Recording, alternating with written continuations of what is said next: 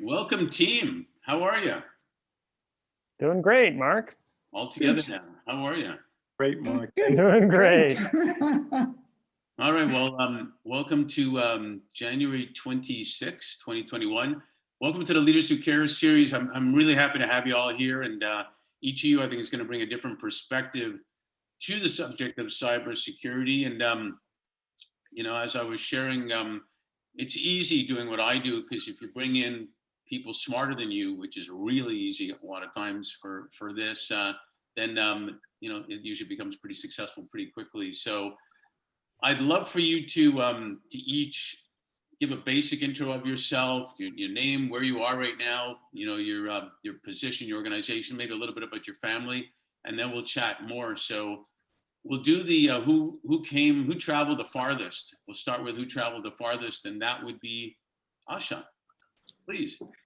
Thanks, Mark. So I'm Asha Rao. I'm Professor and Associate Dean of Mathematical Sciences at RMIT University in Melbourne, Australia.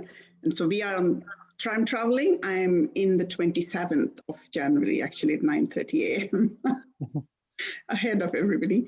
So I'm a mathematician, or I was trained as a mathematician. I still use mathematic tools that I developed while I was doing my PhD. So it's not necessarily exactly what I did in my PhD, but the tools that I used, the mathematical tools, and I really enjoy using them. I apply them to a vast range of problems, most of which are in the area of cybersecurity. So in some ways, securing information, but also trying to work out how things link to each other, how people, link to each other, how do things link to each other. So do a wide variety of stuff. And I find that the basic thing that comes inside all of that is the mathematics. Cool. Can you tell us quickly about your family, and then we'll learn more? Yes. So I'm a single mother. I can't say I'm a single mother anymore. He's in his 30s. So I had him. Mother. Yes. So I had my son very early on, did my master's and my PhD after he was born. So yes. So, I started on my career later. So, and they are in the US. They're not in Australia. So, yeah. Well, welcome. And I just got to go Brady Bunch, but also ladies first. So Kate, please. Hi, I'm Kate Fazzini. I'm here in New York City. I'm actually just across the bridge in New Jersey, but we don't talk about that usually. It's funny. I too am a single mother. I have 2 kids. My kids are 5 and 8. They are currently in an upstairs room, allegedly doing their homework. So if the door comes knocking down, you'll know what happened. And I'm an adjunct professor of cybersecurity in the Applied Intelligence program at Georgetown University in Washington. I also am the CEO of a company called Floor Albo. We're a cybersecurity education and training firm.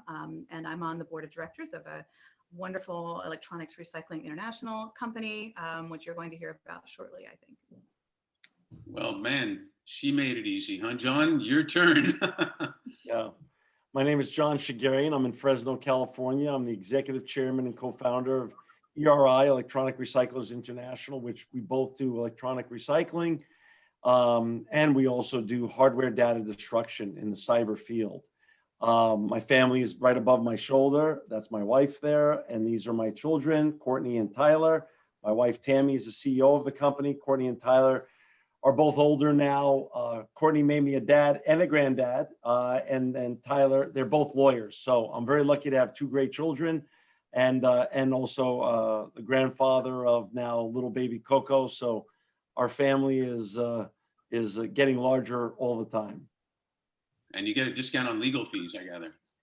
Yeah, I get good legal advice from my children on a regular basis. Well, welcome. Thanks, David. Thank you. Well, greetings, Mark, and it's great to be joining Asha, Kate, and John here. My own background, I am the inaugural director at the Atlantic Council's Geotech Center, where we focus on how data and tech is changing geopolitics, changing societies, Before that, I've done multiple roles, including time with the US intelligence community in different capacities on the ground in Afghanistan. 4 years is what I would call digital diplomat and human flak jacket with the Federal Communications Commission as their chief information officer, and also advise different startups. In terms of family, my wife and I, we live just right outside of DC in the Virginia side. And we have right now a very happy 3.5-year-old who is currently napping, knock on wood, but we'll see if he wakes up. But I just recently read him some stories before he went to nap.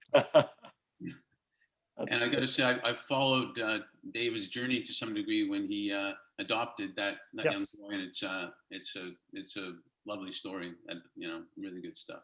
So, hey, thanks for all for coming. Asha, I wanted to start with you. You've got a couple of decades of designing, delivering cybersecurity education at postgrad level. Like you said, a lot of research, using mathematics for cybersecurity. But one thing that hit me with all your experience is, into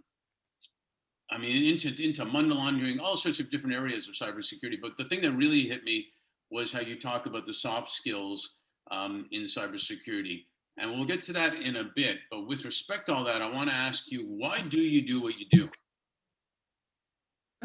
I must say, the thing is, mathematics excites me. And it's the core, the foundation of almost everything. Almost everything, I think I should say everything. And in cybersecurity, it's a way of how do you connect things, and trying to do you have to do the mathematics that maybe in 10, 15, 20 years time, you'll be able to actually use.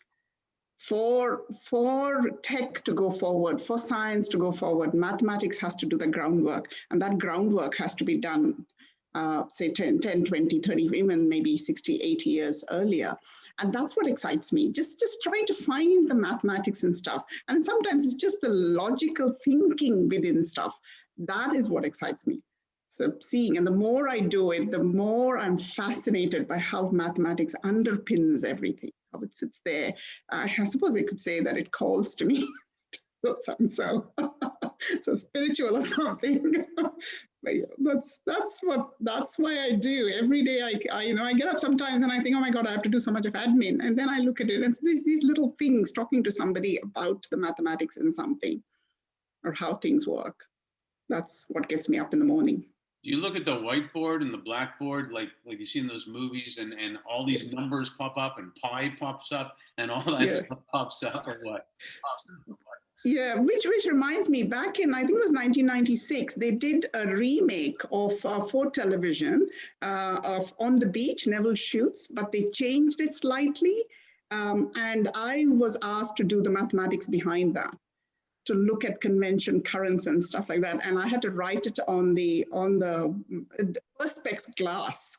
That is how they do the boat, so that you can film it from the other side. And it was really great. And what I did was at the corner of that screen, if you go and look at the movie, the corner of that, it was about a 5-minute shot. And in the corner, I did my signature, which was not my signature, but of that current work that I was doing, which is called Hadamard matrices. And Hadamard matrices are what are used in Walsh Hadamard and a lot of communications. It really didn't have anything to do communications, but I stuck that little one in the corner.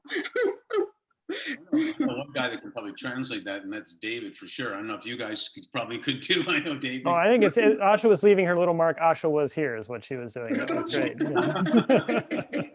Graffiti, mathematician style. I love it, and I can't wait to get to more stuff. John, when I first met you, maybe 10 years ago or more, I admired that you were just in the recycling business type of thing, because I didn't know anything about it. But over the years, you've clearly shown me, anyways, how leaders who care can make a difference, can make an impact through their business and impact the well-being of people, basically. Can you share why you did and do what you do in building and branding ERI, from really a startup to one of the largest in the world for e-waste, for IT asset disposition, basically. So tell us about that. Well, Mark, being a native of Los Angeles, when we met, my history of social entrepreneurship goes back to Homeboy Industries. Right. And after that, inflective moment in my life. I decided never to do business anymore just for commercial purposes to make money, which is wonderful to make money. But it also had to make money, but also make a difference at the same time. And I did that at financialaid.com. I did that at addicted.com. At ERI, we not only make the environment and keep the environment clean of these electronics, 20 million pounds a month or so, we keep out of landfills, and none of it goes to a landfill. We're zero waste, zero emission. And also everything goes for beneficial reuse. So zero waste, zero emission, and everything goes, all the commodities go and get reused. But the cyber side of it even adds more excitement because we get to keep and protect all of our brands, the people who use our brands, and also the people and the brands themselves. And this has to do with governments. This has to do with large corporations, small corporations, big cities, small cities. So it's very exciting to be able to protect not only the environment, but the people of the United States and of the people of the different countries that sign up for our hardware data destruction services. It feels real good every day. So when you were a kid, did you rummage through like garbage, or what did you do? Truth is, I grew up in New York City and Queens, and I used to see the Department of Sanitation trucks come by my house every day or every other day. And the big white trucks came by and the garbage cans would get thrown around. And I told my mother all the time, I just want to be a garbage man. And here I am. You are kidding me, right? And that's a God's honest true story. 50 years later, I became just a fancier version of a garbage man. Well, you know, with that story, I should have become a milkman, because when I was a little kid, Borden's had a truck that brought milk. Right. I was 3 maybe, but I remember this. The milkman would be able to flip the glass bottles of milk in his hand and everything. And he let me sit in the truck, but I wasn't allowed to go in the back because Elsie was making milk back there. So he didn't let me back in the truck. And I was 3 or 4. I believed him. And Right. But I guess I should have been a milkman if you could have been. Could have been. It could have been. Not too late. You're leaking information from all of us, Mark, at this point. Yeah, plan B, I guess. No, seriously, when did it really hit you back then that you wanted to do something like that? Yeah, for some reason, I thought they had the best job and it was more exciting. They were outside, they were physical, they were cleaning things up. It seemed really exciting. And this was never the plan as my career evolved. But when this opportunity I looked at this opportunity, I couldn't just say no. E-waste is the fastest growing solid waste stream in the world. It was when I got in the industry 17 years ago. And right now, it's in order of magnitude, the 5 times fastest growing solid waste stream in the world, next to anything else that's second. So to be able to clean up and be part of the solution now, instead of part of the problem, just feels good every day. Yeah, no, it is fantastic. And I remember sitting in the back of my dad's station wagon when we take little trips, and we watch people throw stuff out their window and everything. And even then we just wondered, like, why would they have to do that? Why can, well, where do they think it goes? Exactly. So exactly. No, that's super cool. So, I mean, Kate, did you look at the garbage truck too going by your house? No, actually, we actually didn't have a garbage. So since we're telling childhood stories, I have a good one, I think. We didn't actually have garbage men.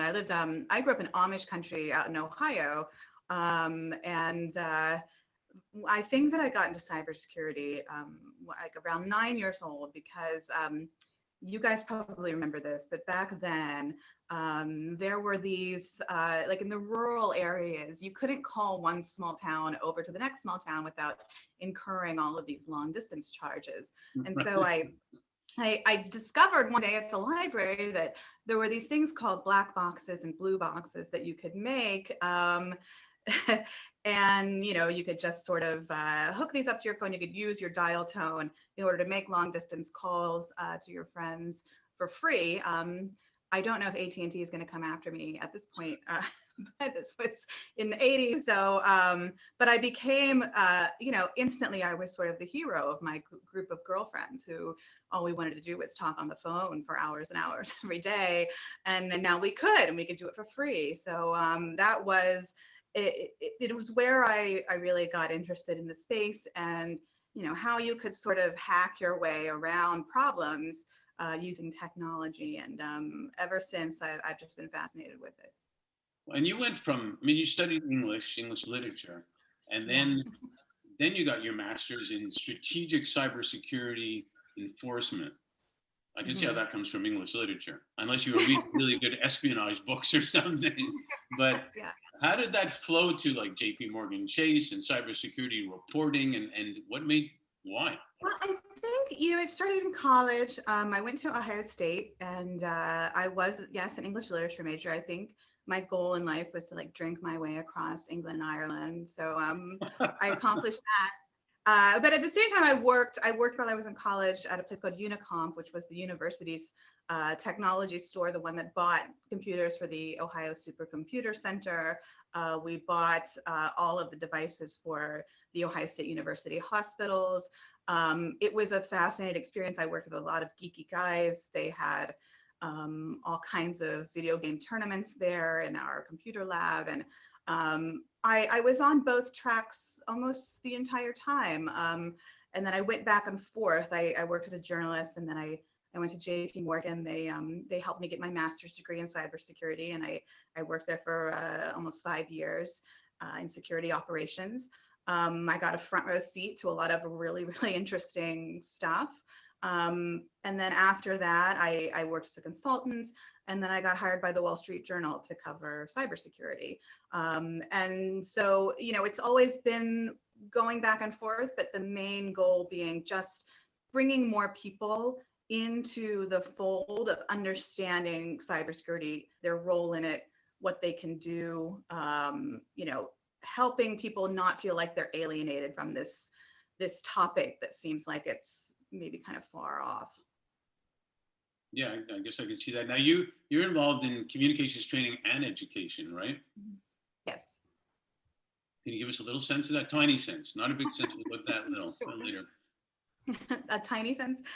So training is, referring to corporations when they want to train folks who, whether they work in IT risk or they are executives and they want to be trained into cybersecurity so that they understand their role in the process. Education is, we have built out several different kinds of cybersecurity courses, including at Georgetown University and some other major universities. The communications aspect, it's almost always crisis related. So when there's a ransomware attack, we help the company communicate with their partners, their employees, their customers, and there's a lot that goes into that. Super cool. David, when I think of you, I think of a lot of words. They're all good words. They're all good words. But I even marked them down. There's obviously strategic, transformative, change agent, think differently, and then it's global, people-centered government, and really good friend and peace. So there's a lot of stuff. There's a lot of stuff there. But you've always valued the benefits of having people, if you will, first, and then technology alongside it, not the other way around, how it affects public health, well-being, etc. Can you share why you do what you do also? Sure. And it's interesting because it sort of follows what you just heard from Asha, John, and Kate in terms of, like Asha, I was drawn to computers at an early age. I came from a family that was all of English majors, so sort of like Kate's path. I was probably one of the very few elementary school and middle school kids who was at the conversation at the dinner table was about, did you do a split infinitive there? And then have you done this gerund appropriately? So I came from a family in which everyone else was an English major, but my grandfather had gotten a PC for the family as a whole when I was 5, and nobody else used it. And this was an IBM PC Junior with a whopping, 64 kilobytes of RAM and 5.25 floppy disk. And I was the one person that started to use it, take it apart, put it back together again, taught myself programming and eventually assembly. But at the same time, my mom was a school teacher and my father was a Methodist minister. And so his skill sets in different church settings were healing fragmented congregations and capital planning. So he'd be often assigned to a church that was fragmented. It was sort of divided. How can you bring them together and do some sort of big capital planning effort, either like a new building addition or something like that? And I realized the older I got, I've become him in a sense that I go into these very challenging circumstances involving tech, where you have polarization on different sides, people may be at odds with each other. And it's really about how do you find a unitive message that brings them together and unites them, and then lead them to some goal. And in particular, it's the things that are invisible. We're talking about cybersecurity. This is one of the things that to Kate's point, it's hard for a lot of people to relate to it, to understand it. There's multiple layers of it in terms of what's happening in terms at the nation state level, as well as the cyber criminal side, and then other things like that as well. And the terminology and the techniques are changing. And so for me, it really is what attracts me and why I do what I do is, as I look to the next decade ahead, we're not just going to have cybersecurity, we're going to have this wave of these new advances in technologies that could, quite frankly, pull apart society if we're not careful, or if we're very intentional about it, possibly pull us back together. Well, the world's behind you, literally. Well, the world's behind me or in front of me. And also, I do want to say with John real quick, I may have a referral to you in about 20 years or so, because right now my 3.5-year-old, he is very much into recycling trucks in particular, and he has 2 of them that make noise, including one with a hydraulic arm. So I recruited young ages, David. So don't worry, I'm ready to take them. All right, I appreciate it. Thank you. Well, don't we get a search fee out of this? Exactly. I think you get a referral fee, Mark. Exactly. Hey, listen, that concludes part 1. So great job, family, and don't go anywhere. We'll continue in a minute. Thanks. Thank you. Thanks a lot.